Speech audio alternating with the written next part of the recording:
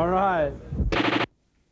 I used to hate it when bands would be on soapboxes or whatever, and talk about stuff because it was just pretentious. And then, but with Nirvana, I could see, and especially reading some of their fan mail, I mean, these kids would say, you know, I used to beat up gay people, and then you told me not to, and now I don't.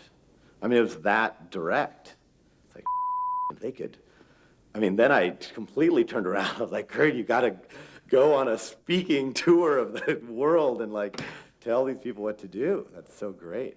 And, you know, I really came to realize what kind of, like, political power they had. Kurt was very interested in feminism. He considered himself a feminist. He cared about women's expression, and he cared deeply about how men and women can hurt each other and how sexism hurts both men and women. Kurt was in touch with his feminine side. He cared about women musicians. The women rockers who have burst forth were able to do that in large part because of that gateway that Nirvana created, and because the generation that Nirvana represents believe in equality for men and women and believe in challenging traditional sex roles. I photographed Kurt for The Advocate, the national gay and lesbian monthly. And I just went to his hotel room. He was staying in a hotel here, he and Courtney and Francis, because no one would rent him a house at the time. Damage deposit was too big, I guess. So he was staying in a hotel, and we just got to talking. And I asked him, well, can I photograph you while you're talking? And he said, sure. And I got these really, really intimate, almost like tender photographs.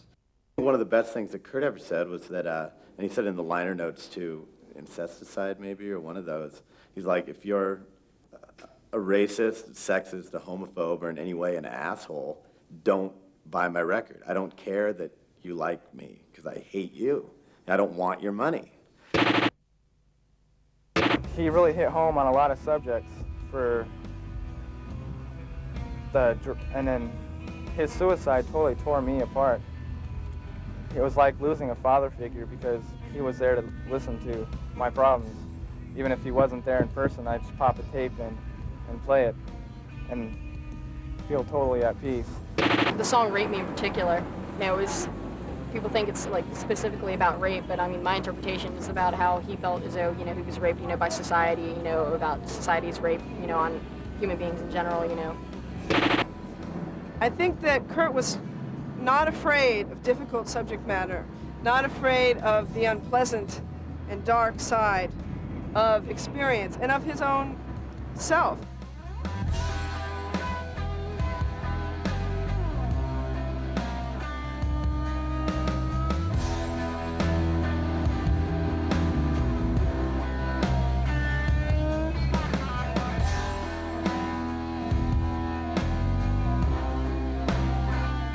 Kids just listen to what they're supposed to. And I think that's kind of what was funniest about Nirvana, is that later these kids would realize, you know, hold on a minute. These guys are telling me the gay people are cool, you know? And they're talking about this band that's supposed to be the best band ever that I've never even heard of.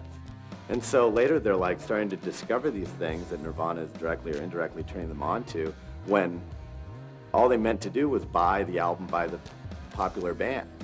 A lot of what In Utero is about is the struggle to be a man, but not be an oppressive man.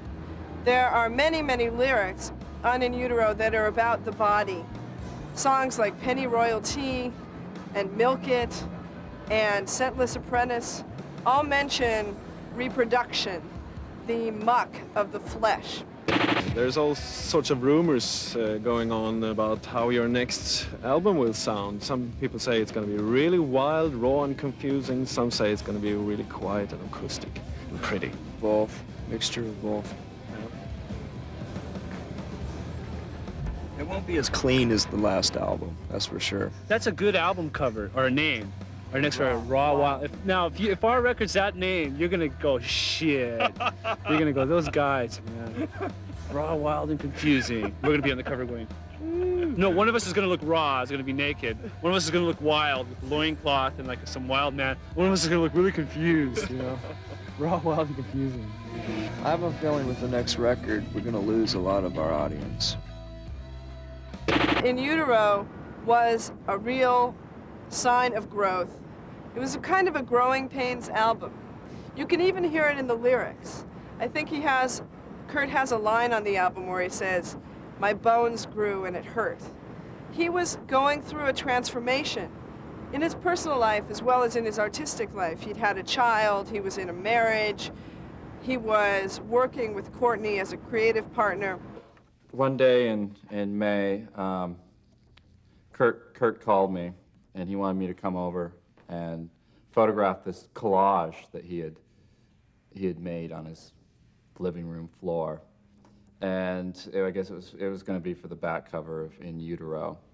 So he said, "Got to be here in an hour though, because the flowers are going to wilt." I'm like, "Oh my God, what am I getting into?" So I go over, and on the floor, he had laid out all these baby fetuses and flowers, and it was very beautiful. It was very, very stunning. So I set up and photographed it, and at one point, Francis wandered in, and we took some pictures. That's Francis and Courtney in front of the collage. Revere a person because of his music, because that's what he was. He was a musician. He was a pretty good one. I saw him in concert. I bought their albums.